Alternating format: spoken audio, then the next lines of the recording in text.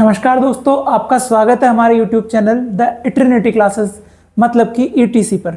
हमारा science class का science 10th class का सीरीज चल रहा था। उसमें हमने फर्स्ट चैप्टर कंप्लीट कर लिया था, सेकंड चैप्टर हमारा ऑलमोस्ट कंप्लीट होने वाला है। तो आज हम सेकंड चैप्टर में जो पढ़ेंगे वो है हमारा सॉल्ट के बारे में। अब तक हमने एसिड और जो बेस है उनकी प्रॉपर्टीज देख ली, कुछ रिएक्शंस हमने पढ़ ली, पीएच स्केल पढ़ लिया, पीएच पेपर पढ़ लिया। अगर आपने वो सब नहीं देखा है तो आप पीछे हमारे जो प्लेलिस्ट है चैनल पे जाओगे तो प्लेलिस्ट में आपको वो सब कुछ कंटेंट मिल जाएगा। आपको रेगुलर कंटेंट मिलता रहेगा। आपको जो 2026 का जो एग्ज़ाम है 10th क्लास का, उसके लिए बिल्कुल उस एग्ज़ाम तक आपको पूरा सिलेबस मिलेगा, सब कुछ आपको नोट्स वगैरह धीरे धीरे सब कुछ मिलता रहेगा। तो इसी सीरीज में हम आगे बढ़ते हैं और आज की जो हमारी क्लास है वो होने वाली है सॉल्ट के बारे में। ठीक है, देखो अब तक जो आपने पढ़ा न्यूट्रलाइजेशन रिएक्शन पढ़ी थी हमने एसिड और बेस में। हमने ये पढ़ा था कि जब एसिड और जो बेस होता है वो रिएक्ट करता है तो क्या बनता है। एसिड और बेस का जो रिएक्शन है उसमें हमारे पास जो बाई प्रोडक्ट बनता है वो बनता है सॉल्ट। ठीक, ये अब तक हमने न्यूट्रलाइजेशन रिएक्शन या उदासीनीकरण जो अभिक्रिया होती है उसमें पढ़ लिया था कि हमारे पास जो न्यूट्रलाइजेशन रिएक्शन होती है जिसके अंदर एसिड और बेस रिएक्ट करके सॉल्ट और वाटर बनाते हैं। एसिड में सीधा सीधा अगर हम बोले तो एसिड में कौन होता है, एसिड में अगर आपको याद हो तो एसिड में होता है H+ और बेस में कौन होता है आपका OH-। बेस में कौन होता है OH-। इसके साथ में OH- है तो इसके साथ में कोई पॉजिटिव कुछ भी एलिमेंट पॉजिटिव आयन जुड़ा होगा और इसके साथ में कोई नेगेटिव आयन जुड़ा होगा। ठीक है, इन दोनों से जो मिलता है वो बनता है आपका, जैसे ये मैंने बेस बना दिया, सॉरी सॉल्ट बना दिया, और H+ और OH नेगेटिव क्या बना देता है आपका H2। ये आपका रिएक्शन होता है। कौन सा रिएक्शन होता है ये? Neutralisation reaction. ठीक है, ये आपका है न्यूट्रलाइजेशन रिएक्शन। तो इसमें हमने एक चीज़ देखी थी कि बाई प्रोडक्ट में हमारे पास एक नया केमिकल बनता है, उसको हम क्या बोलते हैं? सॉल्ट। इसका हम एग्जांपल भी ले सकते हैं। जैसे अगर हमारे पास एग्जांपल ले तो आप ले सकते हो कि HCl का रिएक्शन अगर मैं करवाऊँ किससे? NaOH से। HCl का रिएक्शन अगर मैं करवा रहा हूँ NaOH से, HCl आपका हाइड्रोक्लोरिक एसिड हो गया और NaOH क्या हो गया आपका? सोडियम हाइड्रोक्साइड हो गया। ठीक है, ये क्या है? ये आपका एक एसिड है, ये क्या है आपका एसिड, और ये क्या है? बेस।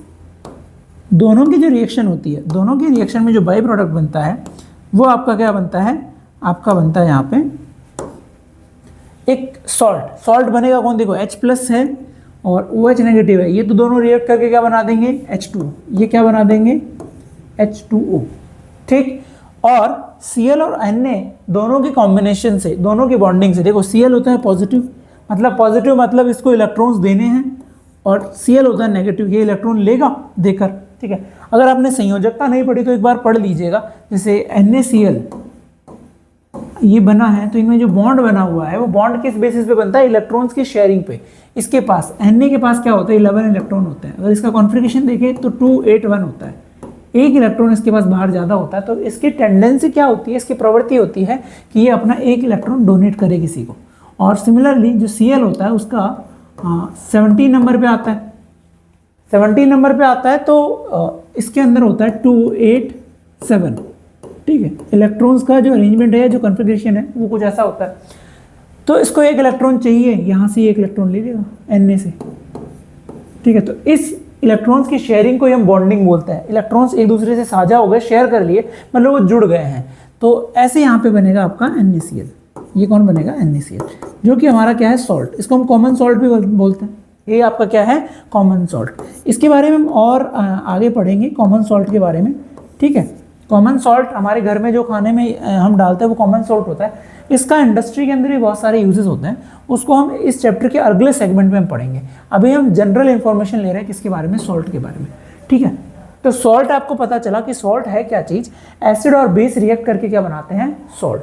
ठीक, आगे हम बढ़ते हैं तो थोड़ा बेसिक इन्फॉर्मेशन और ले लेते हैं। वो है आपका फैमिली ऑफ सॉल्ट। ठीक है, वो क्या है आपका? Family of salt. ये होता क्या है? देखो, फैमिली ऑफ सॉल्ट्स क्या होता है इसके बारे में हम पढ़ते हैं। हमारे पास कुछ सॉल्ट्स के नाम लिखे हुए हैं। यहाँ पे देखिएगा आपको पोटेशियम सल्फेट। ये क्या है? Potassium sulphate. अगर मैं इसका फॉर्मूला लिखूँ तो क्या हो जाएगा आपका? K2SO4। क्या है? K2 SO4। सोडियम सल्फेट हो गया, सोडियम सल्फेट हो गया Na2SO4, ठीक है।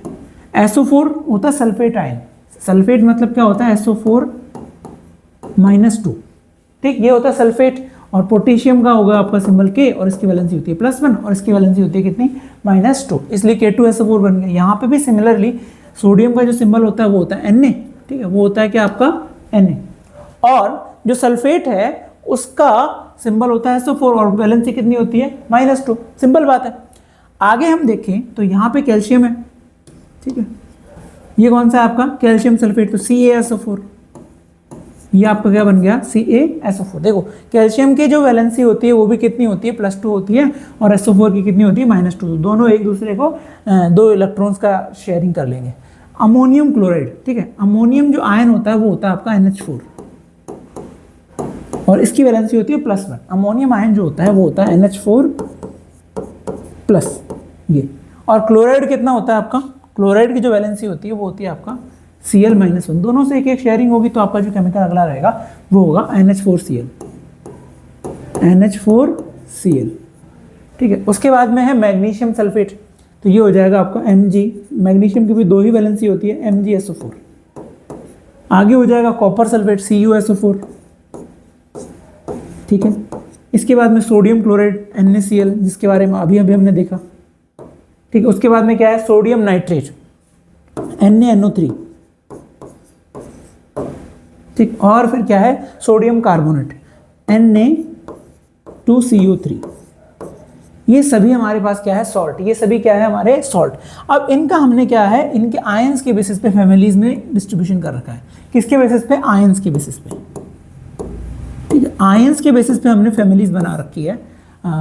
आयंस कैसे, 2 टाइप के होते हैं आपके पास, आयंस का 2 टाइप होता है, एक होता है आपका आयंस पॉजिटिव और ये क्या होता है नेगेटिव। आयन बेसिकली क्या होता है, जो एक एलिमेंट होता है जब इलेक्ट्रॉन दे देता है या ले लेता है तो उसकी जो स्टेट होती है, मतलब आयन का मतलब क्या है बेसिकली चार्ज पार्टिकल, एक तरीके से बोले तो जिसके पास चार्ज है, मतलब जिसके पास पॉजिटिव है और नेगेटिव है, वही क्या होते हैं आपके आयन। तो पॉजिटिव वाले को हम क्या बोलते हैं, अगर हिंदी में बात करें तो धनायन हो गया और इंग्लिश में क्या हो गया पॉजिटिव और नेगेटिव वाला ऋणायन हो गया। तो यहाँ पे अगर हम लिख सकते हैं जैसे Cl है ये नेगेटिव है, ऑक्सीजन है ये नेगेटिव है, ठीक है, ये ऋणायंस है या आपके नेगेटिव आयन हो गए, ठीक है। और पॉजिटिव वाले क्या हो गए आपके, जैसे Na है प्लस है, कैल्शियम प्लस है, ये आपके पॉजिटिव आयंस हो गए, ठीक। कैटायन एनायंस, ये एनायन है और ये क्या है आपके ये कैटायन है और ये क्या है आपके एनायन, ठीक। अब यहाँ पे फैमिलीज की हम बात कर रहे थे, तो फैमिलीज क्या है, जैसे Na की फैमिली, मैं यहाँ पे बात करूँ फैमिली ऑफ Na, ठीक है, इसकी फैमिली ऑफ Na की फैमिली की बात करूँ तो Na की फैमिली में कौन कौन है, जिसमें Na है, जिसमें कौन है Na, जैसे देखो इसमें Na है तो ये Na फैमिली से हो गया, ठीक है। इसमें Na है तो ये भी Na फैमिली से हो गया, या जिसको हम परिवार बोल देते हैं तो वही है कि जिसमें Na है तो यहाँ पे ये भी Na हो गया, देखो ये भी हो गया। तो ये सारे जितने भी सॉल्ट है ये सारे किसके हैं, Na फैमिली के हैं, किसके हैं Na या सोडियम परिवार के हैं, ठीक है, जिसको हम लिख सकते हैं Na2SO4 हो गया, ठीक है। उसके बाद में मैं लिख सकता हूँ यहाँ पे NaCl हो गया, उसके बाद में आपका कौन है NaNO3 हो गया। तो ये हमारे पास जो हमने एक ग्रुप बना लिया, ऐसा ग्रुप जिसके अंदर Na है, Na मीन्स सोडियम आयन है, वो सारा आपका क्या हो जाएगा Na फैमिली के सॉल्ट। ये देखो समझ में आई बात। इसके बाद में हम दूसरी फैमिली भी हम आइडेंटिफाई कर सकते हैं, जैसे यहाँ पे Cl फैमिली है, ठीक है। Cl फैमिली में आप ढूंढने का कोशिश करो, देखो कौन कौन से हैं Cl फैमिली के जो सॉल्ट्स हैं वो कौन कौन है। देखो Cl किस में मिलेगा, सोडियम क्लोराइड में, ठीक है, सोडियम क्लोराइड में, NaCl में है। और कहाँ पे है हमारे पास, इसी में है, एक हो गया ये रहा अमोनियम क्लोराइड, अमोनियम क्लोराइड में है NH4Cl।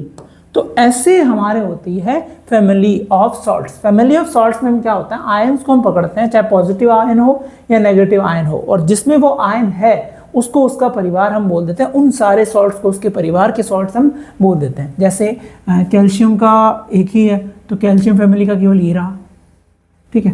आप मैग्नीशियम का देख सकते हो केवल एक है। सल्फेट के बहुत सारे हम लिख सकते हैं यहाँ पे कि सल्फेट फैमिली है ना,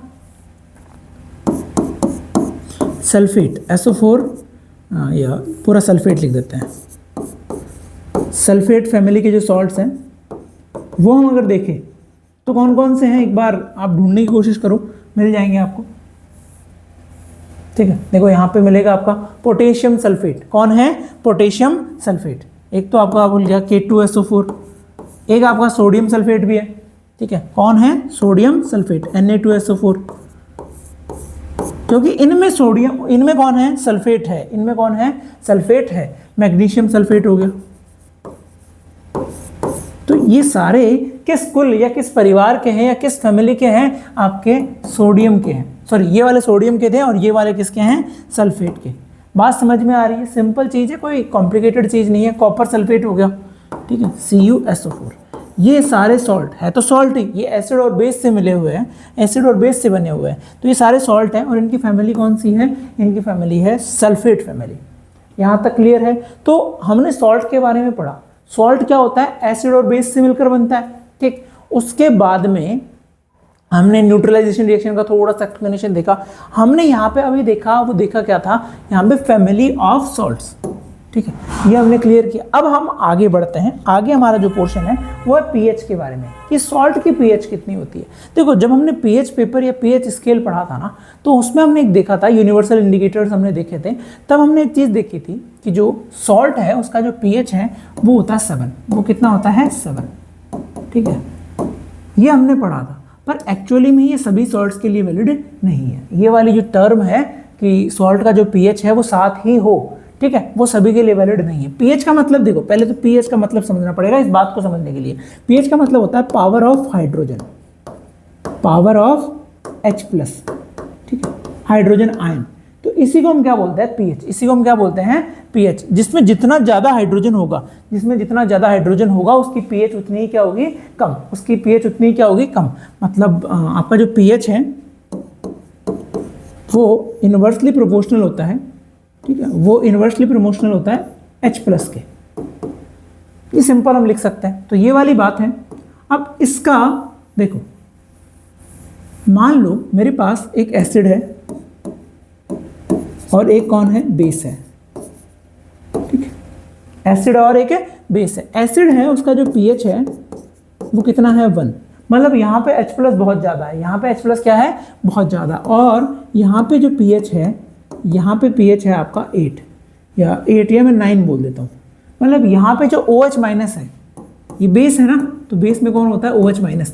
OH- कम है क्योंकि इसकी पीएच कम है। देखो, OH-, अभी जैसे मैंने लिखा था कि पीएच आपका प्रोपोर्शनल होता है, सॉरी इन्वर्सली प्रोपोर्शनल होता है किसके? 1/H+ के। और पीएच का जो वैल्यू है वो प्रोपोर्शनल का मतलब होता है बढ़ना, और इन्वर्सली प्रोपोर्शनल का मतलब होता है उल्टा होना, कि H+ बढ़ेगा तो पीएच घटेगा। और ये प्रोपोर्शनल होता है किसके? OH- के। ठीक है, मतलब जो हमारा पीएच स्केल होता है उसमें जो 14 पे होता है उसमें सबसे ज़्यादा क्या है? OH-, इसीलिए ये क्या है? बेस।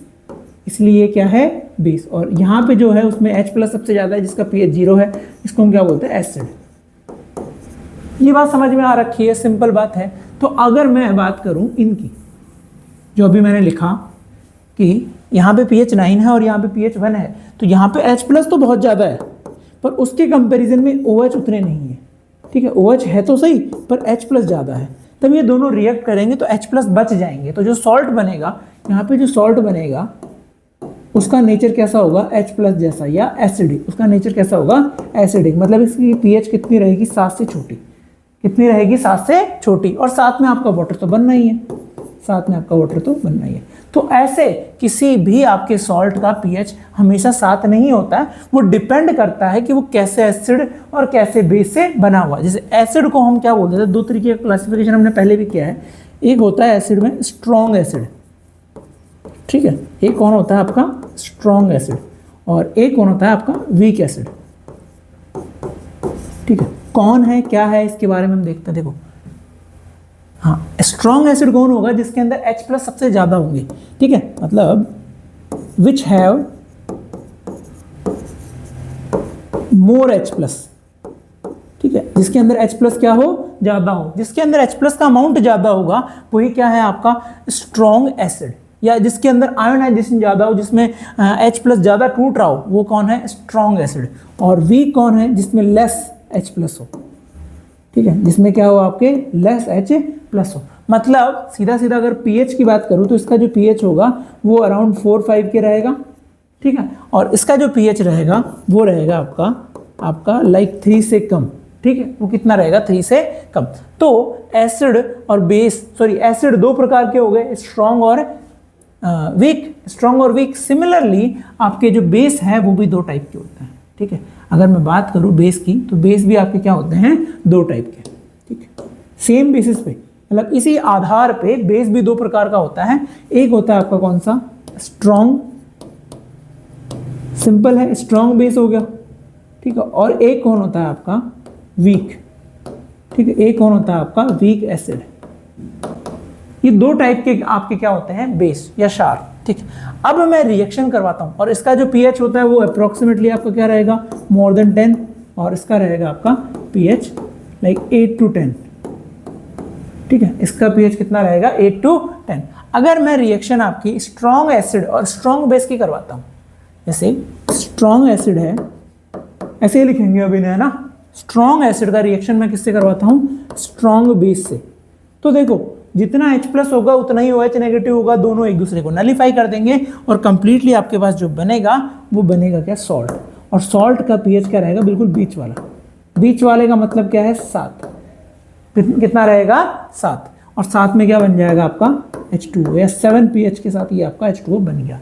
क्लियर है। अगर मैं इसको चेंज कर दूं, यहाँ पे स्ट्रॉन्ग एसिड की, स्ट्रॉन्ग एसिड तो ले लेता हूँ, पर यहाँ पे क्या ले लेता हूँ मैं, वीक बेस। यहाँ पे क्या ले लेता हूँ, वीक बेस। तो अब इस पोजीशन में जो सॉल्ट बनेगा, इस स्थिति में जो सॉल्ट बनेगा उसका जो pH रहेगा वो क्या रहेगा, 7 से कम।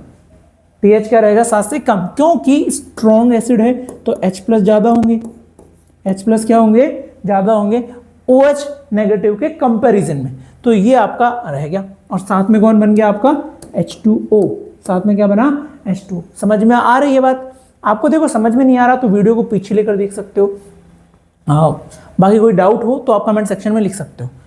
तो ये हो गया।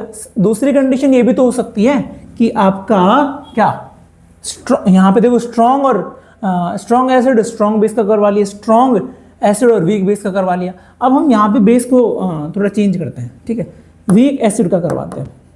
वीक एसिड का किसके साथ, वीक बेस के साथ, इसमें चेंज किया। तो यहाँ पे देखो दोनों वीक है, मतलब दोनों एक दूसरे के कंपैरेटिवली सेम से है। तो यहाँ पे भी जो सॉल्ट बनेगा उसकी pH भी आपका क्या रहेगी, अप्रॉक्सीमेटली 7, ठीक है।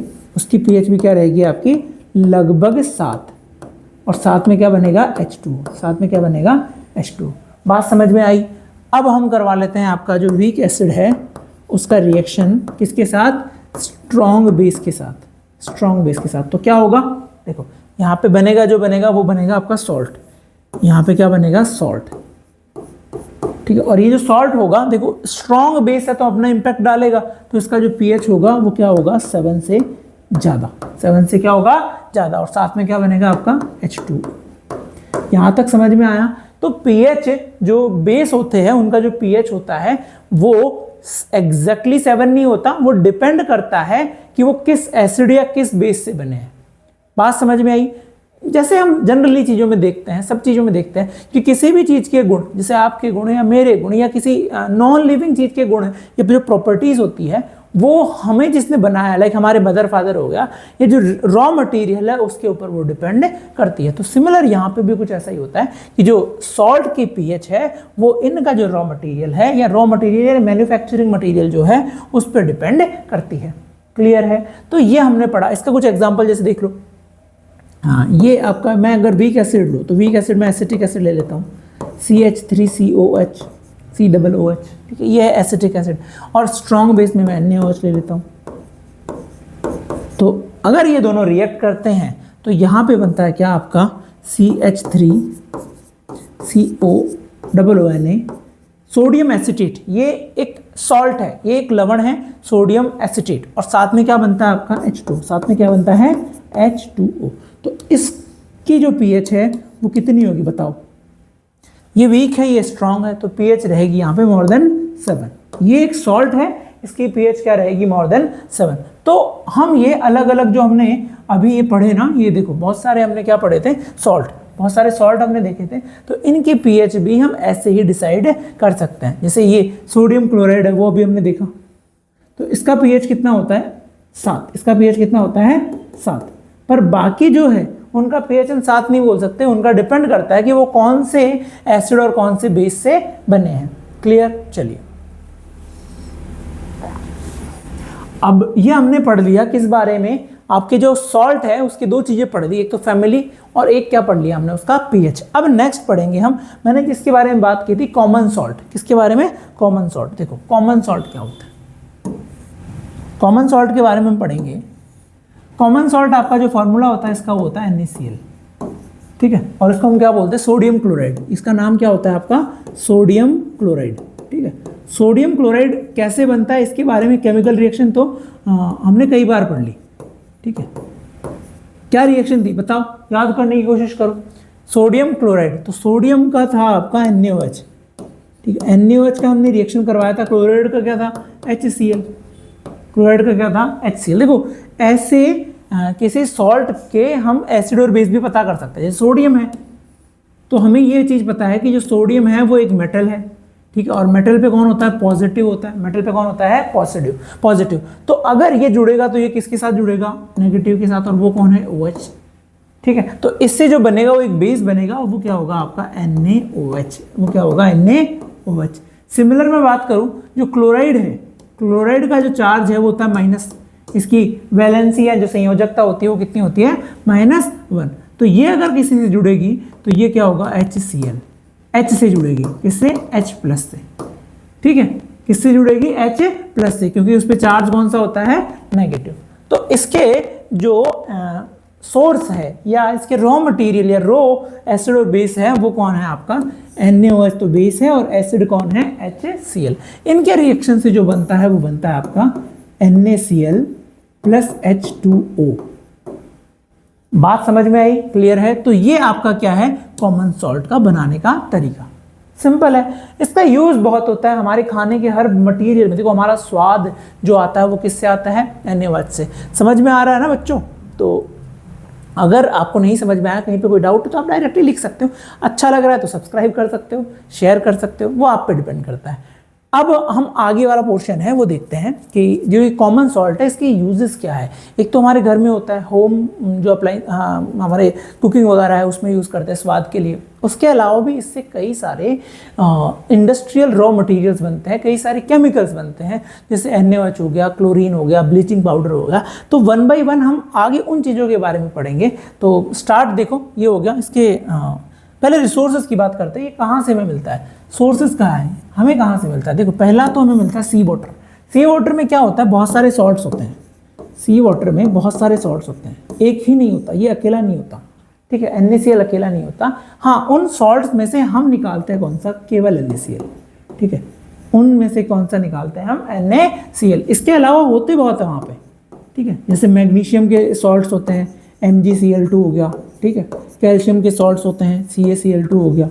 तो ऐसे बहुत सारे सॉल्ट्स होते हैं, पर हमारे काम का कौन है, NaCl। तो इसको हम क्रिस्टलाइजेशन की हेल्प से, लाइक गर्म करके, ठंडा करके हम निकाल लेते हैं। तो ये हमारा कौन है, आपका कॉमन सॉल्ट। उसका एक जो बेसिकली ज़्यादा से ज़्यादा हमें यहीं से मिलता है। इसके अलावा भी इसका एक और डिपॉजिट्स के फॉर्म में मिलता है, कि ज़मीन के नीचे डिपॉजिट्स के फॉर्म में, रॉक्स के फॉर्म में मिलता है, ठीक है। थोड़ा सा इसका ब्राउन कलर होता है उस फॉर्म में। आपने सेंधा नमक खाया है ना, अगर देखा होगा तो उसका कलर कैसा होता है, थोड़ा ब्राउनिश टाइप का कलर होता है। वो रॉकी सॉल्ट है, ठीक है। वो कैसे बनता है, देखो क्या होता है, बहुत पुराने टाइम के जो जैसे ओशियंस है या जो सी है, वो जब सूख जाते हैं, जब वो सूख जाते हैं, इन्हीं से सी वाटर जब सूख गया तो इनकी रॉक्स बन जाती है, ठीक है। और वो नीचे ज़मीन के नीचे रह जाते हैं, तो उससे जो रॉक्स बनती है वो डिपॉजिट हो जाता है, वही उसी से हमें क्या मिलता है, आपका सॉल्ट। उसी से हमें क्या मिलता है, सॉल्ट। तो ये दो आपके पास क्या है, रिसोर्सेज जो मेनली हम कॉमन सॉल्ट को निकालने में काम लेते हैं, ठीक। इसके अलावा इंडियन हिस्ट्री में एक इंसिडेंट भी आता है, आपने पढ़ा भी होगा, हिस्ट्री में भी पढ़ा होगा, और वो होता है डांडी मार्च। डांडी मार्च क्या था कि जो ब्रिटिशर्स थे उन्होंने इंडिया पे बहुत सारी चीज़ों पे टैक्सेस लगा रखे थे। उसमें से एक चीज़ थी आपकी ये कॉमन सॉल्ट भी, ठीक है। कॉमन सॉल्ट जो था उसके ऊपर भी ब्रिटिशर्स ने टैक्सेस लगा रखे थे, उनके ऊपर बहुत ज़्यादा चार्ज था कि उनकी परमिशन के बिना आप उनको नहीं निकाल सकते हो, नमक आप समुद्र से नहीं निकाल सकते हो। तो उसको ब्रेक करने के लिए महात्मा गांधी जो थे उन्होंने एक मार्च किया था। डांडी एक जगह है जो सी बीच है उससे लाइक 300-200 किलोमीटर दूर है, और इससे महात्मा गांधी ने पैदल चलना स्टार्ट किया कुछ लोगों के साथ, और वो एक बीच पे पहुंचे, समुद्र के पास पहुंचे, और वहां से उन्होंने वो नियम तोड़ा, ठीक है। जो ब्रिटिशर्स का जो नियम था कि हम यहाँ से आपको नमक नहीं निकालने देंगे, उस नियम को ब्रीच किया, उसको तोड़ा, और एक अपोज करना दिखाया, एक विद्रोह दिखाया, एक अवज्ञा दिखाई, जिसको सविनय अवज्ञा टाइप का। तो वो वाली चीज़ यहाँ पे हमें डांडी मार्च में मिलती है, और ये लगभग 1931 के लगभग मार्च में हुआ था ये, ठीक है। तो ये हम याद रख सकते हैं, एमसीक्यू में पूछा सकता है। बाकी जनरल नॉलेज की भी चीज़ है, हमें याद होनी चाहिए, हमें पता होना चाहिए कि नमक को लेकर हमारे देश में ये भी हो रखा है, और उसके बाद में आगे अलग अलग टाइप से हमने ब्रिटिशर्स को अपोज किया, बाद में भगा दिया यहाँ से, ठीक है। चलिए, तो अब हम पढ़ते हैं इससे बनने वाले रॉ मटेरियल, ये common salt as a raw material भी तो यूज़ होता है, इस बारे में हम पढ़ते हैं, ठीक है, कि कॉमन सॉल्ट से क्या क्या बनता है। ये तो हमने देख लिया कि हमारे फूड के फॉर्म में यूज़ आता है, उसके अलावा कौन कौन से केमिकल्स है उसके फॉर्म में आता है। तो एक केमिकल ये बनाने में काम करता है आपका सोडियम हाइड्रोक्साइड, ठीक है। कौन? Sodium hydroxide. तो सोडियम हाइड्रोक्साइड एक इम्पॉर्टेंट बेस है, एक क्षार है, ठीक है। ये एक NaOH है, और ये बहुत इंपॉर्टेंट केमिकल है, ठीक है। ये बहुत इंपॉर्टेंट केमिकल है, और इससे जैसे सोप इंडस्ट्री हो गई, डिटर्जेंट इंडस्ट्री हो गई, ठीक है, उसके अंदर आपके पेपर बनाने वाली इंडस्ट्री हो गई, उसके अंदर फाइबर के अंदर काफ़ी चीज़ों में ये यूज़ आता है, ठीक है। बहुत ही यूज़फुल आपका केमिकल है ये, और इसका फॉर्मेशन जो है वो होता है आपके किससे? आपके कॉमन सॉल्ट से, NaCl से। अभी इसका फॉर्मेशन भी पढ़ेंगे, इसके यूजेस भी पढ़ेंगे, सब चीज़ें हम आगे पढ़ेंगे, पर हम अभी एक बार देख लेते हैं कौन कौन हो गए। ये हो गया, उसके बाद में ये आपके क्लोरीन गैस के फॉर्मेशन में भी हेल्प करते हैं। NaCl से क्लोरीन गैस भी बना लेते हैं, हाइड्रोजन गैस बना लेते हैं, ठीक है। एक होता है बेकिंग सोडा, बेकिंग सोडा भी बनता है इससे, किससे? आपके कॉमन सॉल्ट से। जैसे बेकिंग सोडा हो गया आपका NaHCO3, ये बेकिंग सोडा का बेसिक फार्मूला है। वॉशिंग पाउडर होता है, वो भी बनता है इससे, ठीक है। वॉशिंग पाउडर हो गया, इसका फॉर्मेशन भी किससे होता है? आपके NaCl से। इसके अलावा आपका ब्लीचिंग पाउडर हो गया, ठीक है, ब्लीचिंग पाउडर हो गया। तो ये सारे जो आपके केमिकल्स हैं या मटेरियल्स हैं, इनका फॉर्मेशन या इनकी फॉर्मेशन के अंदर कौन हेल्प करता है? आपका NaCl। इनको वन बाय वन हमें पढ़ना है। तो आज हम स्टार्ट करेंगे किसके बारे में? सोडियम हाइड्रोक्साइड के बारे में, ठीक है। तो सोडियम हाइड्रोक्साइड के बारे में स्टार्ट करते हैं। देखो ये बनता कैसे है, कैसे आप NaCl से NaOH बना सकते हो, ठीक है। तो इसके लिए पहला काम तो क्या करना पड़ेगा? देखो OH है ना, तो यहाँ पे OH आना चाहिए, तो इसके लिए हम इसको घोलते हैं H2O में। इसको हम किस में घोलते हैं? H2O में। तो ये जो सॉल्यूशन है NaCl और H2O का, ठीक है, कौन सा? NaCl और H2O का, ठीक है, इसको हम बोलते हैं ब्राइन। NaCl प्लस H2O का ये जो सॉल्यूशन है, यही आपका क्या है? ब्राइन। और इस ब्राइन का हम क्या करते हैं? इलेक्ट्रोलाइसिस करवाते हैं। इलेक्ट्रोलाइसिस का मतलब क्या है? इसमें से करंट पास करवाते हैं। देखो ये जो है, ये आपका क्या है? ब्राइन। ये जो आपका यहाँ पे केमिकल जो भी है, जो सॉल्यूशन है, ये कौन है? आपका ब्राइन। और इस ब्राइन का हम क्या करवाएंगे? इलेक्ट्रोलाइसिस। इसका हम क्या करवाएंगे? इलेक्ट्रोलाइसिस। इलेक्ट्रोलाइसिस का मतलब क्या है? इसके अंदर से हम करंट पास करवाएंगे। देखो ये बैटरी लगी हुई है, ठीक है, ये बैटरी का सिंबल होता है, ये वाला जो सिंबल होता है, ये किसका होता है? बैटरी का सिंबल, ठीक है। यहाँ पे बैटरी लगी हुई है, पॉजिटिव एनोड और कैथोड है, और दो ग्रेफाइट या दो आपके एनोड्स कैथोड को हमने यहाँ पे यूज़ कर रखा है एज ए टर्मिनल्स, ठीक है, ग्रेफाइट टर्मिनल्स है। और इसमें पूरा डाल रखा है कौन? ब्राइन। इसमें कौन डाल रखा है? ब्राइन। इस प्रोसेस से हमारे पास कई चीज़ें बनती हैं, जिसमें से एक चीज़ है आपका क्लोरीन। एक चीज़ कौन है? क्लोरीन। एक चीज़ कौन है? हाइड्रोजन। और एक चीज़ है आपका NaOH, एक क्या है आपका NaOH, ठीक है। और इस NaOH ये क्या है आपका बेस, ये कौन है बेस, और ये क्या है क्लोरीन। तो इस पूरे प्रोसेस को हम बोलते हैं क्लोर एल्कलाई प्रोसेस। क्या बोलते हैं? क्लोर एल्कलाई। एल्कलाई क्या होते हैं? बेस। एल्कलाई क्या होते हैं? बेस, ठीक है। ऐसे मेटल्स के बेस जो सॉइल में पाए जाते हैं, ठीक है, वो होता है अल्कलाइन, ठीक है। जैसे NaOH हो गया, ठीक है, KOH हो गया, और भी होते हैं, आगे इसके बारे में भी हम बात करेंगे। तो ये प्रोसेस क्या होता है आपका? क्लोर एल्कलाई प्रोसेस। क्लोर एल्कलाई बोला क्यों हमने? क्योंकि यहाँ पे एक तो कौन बन रहा है बच्चा? क्लोरीन बन रहा है, ठीक है। एक कौन बन रहा है आपका? बेस, ठीक है, अल्कलाइन बेस बन रहा है। तो यही प्रोसेस क्या होता है आपका? क्लोर एल्कलाइन प्रोसेस होता है। और ये किसके साथ किया जाता है? आपके ब्राइन के साथ। किसके साथ किया जाता है? ब्राइन के साथ। तो ब्राइन क्या है? देखो ब्राइन क्या है? Is a solution of NaOH and water. यही क्या है आपका? ब्राइन। इसी को हम क्या बोलते हैं? ब्राइन। यहां तक समझ में आया? क्लियर है? कोई डाउट? अब हाँ, इस प्रोसेस को हम समझते हैं और इस प्रोसेस का नाम, ठीक है, जिस प्रोसेस से हमें क्या मिला है आपका, ये तीनों चीजें मिली है। तीनों चीजें बहुत इंपॉर्टेंट है। यहाँ पे इनके यूजेस भी लिखे हुए हैं, उनको हम देख लेंगे, ठीक है। NaCl हो गया, सॉरी Cl हो गया, NaOH हो गया, ठीक, और आपका कौन हो गया? H2 हो गया। तो ये सारे केमिकल्स बनते हैं। इस प्रोसेस को हम क्या बोलते हैं? क्लोर एल्कलाई प्रोसेस, ठीक है, यही वाला, ठीक है, क्लोर एल्कलाई। और इसका नाम ये रखा हुआ है जो मैंने बताया, क्योंकि क्लोर आपका इंडिकेट करता है किसको? क्लोरीन को, ठीक है। इसको इंडिकेट करता है क्लोरीन या आपके Cl को। समझ में आई बात? चलो आगे बढ़ते हैं। इस प्रोसेस में होता क्या है? देखो ब्राइन है तो आपका कौन है? NaOH है, प्लस कौन है आपका? वाटर है। ये दोनों चीजें हैं यहाँ पे। अब हम यहाँ पे पास करेंगे कौन? करंट। यहाँ पे पास किसका करेंगे? करंट का। देखो करंट पास किया तो ये आयन, देखो पानी में NaOH घुलते आयंस में टूट जाएगा। आयंस में टूटेगा मतलब कौन? एक तो Na+ हो जाएगा आपके पास, और एक क्या हो जाएगा? OH-, और एक कौन हो जाएगा आपका? H+ हो जाएगा, और एक कौन हो जाएगा? सॉरी, यहाँ पे NaCl है ना, ब्राइन में Cl होता है, सॉरी, Cl-, ठीक है, और OH-, ठीक। ये आयंस हमारे पास बनेंगे। यहाँ पे एक मेम्ब्रेन दिख रही होगी आपकी, देखो यहाँ पे आपको एक मेम्ब्रेन दिख रही होगी। ये एक मेम्ब्रेन होती है बीच। मेम्ब्रेन का मतलब एक पतली झिल्ली, ठीक है, एक पतली झिल्ली। ये क्या काम करती है? ये आपके जो Cl है, ठीक है, उसको पास नहीं होने देती है, Cl को इधर नहीं जाने देती है। ये जो मेम्ब्रेन होती है ये Cl को, ये बायोमोलिक्यूल्स की बनी हुई होती है, और इसकी प्रॉपर्टी होती है कि इसके अंदर कुछ ऐसे केमिकल्स होते हैं जो Cl को रिपल्सिफाई करते हैं, Cl को पास नहीं आने देते। तो Cl को ये हमेशा इधर ही रखती है। ये Cl को क्या करती है? हमेशा इधर ही रखती है। बाकी चीजें इसके अंदर फ्लो कर सकती है, पर CO इसके थ्रू पास नहीं हो सकता है, ठीक है। और यहाँ पे कौन बनते हैं आपके? देखो Na+ बन गया, Cl- बन गया, H+ बन गया, और OH- बन गया। तो अगर मैं यहाँ पे करंट फ्लो करवाऊंगा तो इस वाले पे कौन सा चार्ज रहेगा? पॉजिटिव। इस वाले पे कौन सा चार्ज रहेगा? तो पॉजिटिव किसको अट्रैक्ट करता है?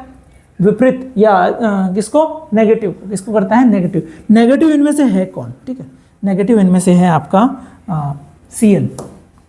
एक तो Cl है और एक OH- है। तो ये ज़्यादा अट्रैक्ट करता है Cl- को। तो Cl- इसके पास में आते हैं और एक दूसरे से रिएक्ट करते हैं। Cl- और जो और Cl- आएंगे, बहुत सारे होंगे, एक ही मॉलिक्यूल तो हमारे पास NaCl का है नहीं, बहुत सारे हैं, वाटर के भी बहुत सारे हैं। तो ये दोनों रिएक्ट करके क्या करेंगे? आपका एक बनाएंगे Cl2। क्या बनाएंगे? Cl2। एक अलग मॉलिक्यूल बना लेंगे ये एटम्स, तो ये बनेगा आपका Cl2। ये आयंस आपके एक मॉलिक्यूल बना लिया Cl2। और ये कौन है? Chlorine gas. और ये क्लोरीन गैस यहाँ से आपके निकलने लग जाएगी, ठीक है, बबल्स के फॉर्म में, जिसको स्टोर कर लेते हैं फैक्ट्रीज में। हम प्रोसेस समझ रहे हैं, बात समझ में आई? तो Cl2 बन गई। उसके अलावा क्या होगा? देखो उसके अलावा क्या होगा? ये कौन है आपका? नेगेटिव। कैथोड कैसा होता है आपका? नेगेटिव, ठीक है। कैथोड किसको अट्रैक्ट करेगा? पॉजिटिव को। पॉजिटिव कौन है आपका? H+। ये किसको अट्रैक्ट करेगा? H+। Na+ को इतना अट्रैक्ट नहीं करेगा जितना H+ को। H+ ज़्यादा रिएक्टिव है, ठीक है। तो H+ के पास कंपेरेटिवली इस फॉर्म में H+ ज़्यादा अट्रैक्ट होगा, ठीक। तो ये जो H+ है ये इसके पास पहुँचेगा, और H+ और H+ रिएक्ट करके क्या बना देंगे? आपकी H2 गैस। कौन सी बना देंगे? H2 gas. और ये H2 गैस कहाँ बनेगी? आपके कैथोड पे कौन सी गैस बनेगी, H2+। ये देखो यहाँ से की Cl- निकल रही है और वहाँ पे कौन मिल रही है, H2+। ठीक, अब जो बचे हुए हैं, ठीक है, जो बचे हुए हैं वो आपस में रिएक्ट कर लेंगे। कौन है आपका Na और कौन बचा है OH नेगेटिव, और इनसे क्या बनेगा NaCl, सॉरी NaOH। तो यहाँ पे जो सॉल्यूशन रह जाएगा वो सॉल्यूशन किसका रह जाएगा, आपका सॉल्यूशन ये रह जाएगा आपका NaOH का। किसका, NaOH का। ठीक है, जिसको यहाँ पे इस पाइप या जो कुछ भी बाहर निकालने का कोई भी हेल्प लेकर बाहर इसको निकाल लेंगे। तो हमारे पास इस प्रोसेस में कितनी चीजें बनी है, क्लोरीन बनी है, हाइड्रोजन बना है और क्या बना है, NaOH। और बन कहाँ रहे हैं, क्लोरीन बन रही है आपके पॉजिटिव या एनोड पे, और नेगेटिव मतलब नेगेटिव पे कौन बनेगा, H+, नेगेटिव पॉजिटिव उल्टा चलेगा ना, तो यहाँ पे H+ बनेगा और उससे कौन बनेगी, हाइड्रोजन गैस। यहाँ तक समझ आया, कोई डाउट है किसी को, क्लियर है। अब हम इसके जो ये दोनों चीज़ें हैं इनके थोड़े यूजेस भी देख लेते हैं, या इसको अगली क्लास में कंप्लीट करते हैं। चलो, NaOH, H+ और Cl2 जो है इनके यूजेस को हम अगली क्लास में पढ़ेंगे। उसके बाद में हम कुछ और जैसे ब्लीचिंग पाउडर हो गया, इन चीज़ों के ब्लीचिंग पाउडर के यूजेस है, ये सब हम अगली क्लास में कंप्लीट करेंगे। तो आज की क्लास यहीं ख़त्म करते हैं। आपको कैसा लगा, सही लगा, आपको समझ में आया, नहीं समझ में आया, जो भी रिव्यूज़ है आपकी पॉजिटिव नेगेटिव, आप कंप्लीट क्लास अगर आपने देखी है तो वो दीजिए, और अगर आपको अच्छा लगा तो सब्सक्राइब कीजिए, अपने दोस्तों के साथ शेयर कीजिए। हम पूरा एक कंप्लीट सिलेबस आपके लिए धीरे धीरे, देखो क्या होता है, एक तो 1 शॉट वीडियोस होते हैं, आपको यूट्यूब पे ज़्यादातर वही मिलेंगे। उसमें क्या होता है कि ऊपर से बता दिया जाता है, हम पूरी डिटेल के साथ बात करेंगे जैसे ऑफलाइन क्लास में चल रहा हो, ठीक है, वही हम कोशिश कर रहे हैं। तो आप अच्छे से एक बार पढ़िए और अच्छे से एग्ज़ाम दीजिए, बिल्कुल स्टडी कितनी ज़रूरी है वो आप समझिए, ठीक है। थैंक यू, धन्यवाद।